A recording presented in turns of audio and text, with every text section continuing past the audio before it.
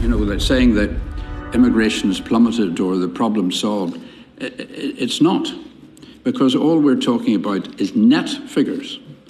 The gross figures, which were the ones, if we take to March 26, there was 813,000 people come into this country. Now that included boat people and so on. That is a colossal number of people. Now what we don't know is what their economic status and demand for public services is via the 643,000 people who left. So the net figure is totally misleading. It doesn't tell you anything about the demands on public services or the economic status of the people who have arrived. But to say that it's sorted, I mean, they used to say that the first thing a politician should learn is to know how to count. And we don't know how to count in this country and haven't done for 40 years.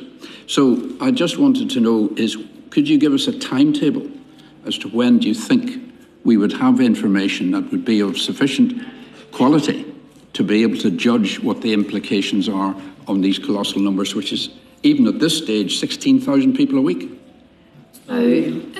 I mean, there's different figures in there, obviously, but let me say, just on the specific question that I know has been of interest to the committee before on exit checks and the numbers, the best proxy that's been used is numbers in and then what you know from your exit checks to work out what your potential population of overstayers is likely to be. The reason those are proxies are again, issues I think the committee knows well, because, of course, the way that the common travel area works, dual nationals, you know, there are reasons why you can't have a definitive figure. And, of course, we are a relatively open society. We don't have a system of compulsory ID that is used to check status on a regular basis. And, you know, the government's work on digital ID is about ease of use of public services, not, you know, gateways to check people's status. So, you know, that for the sort of country we are and how we run ourselves, that ability to give you like a definitive, this is exactly the number today, is not possible. Overstaying in and of itself hasn't been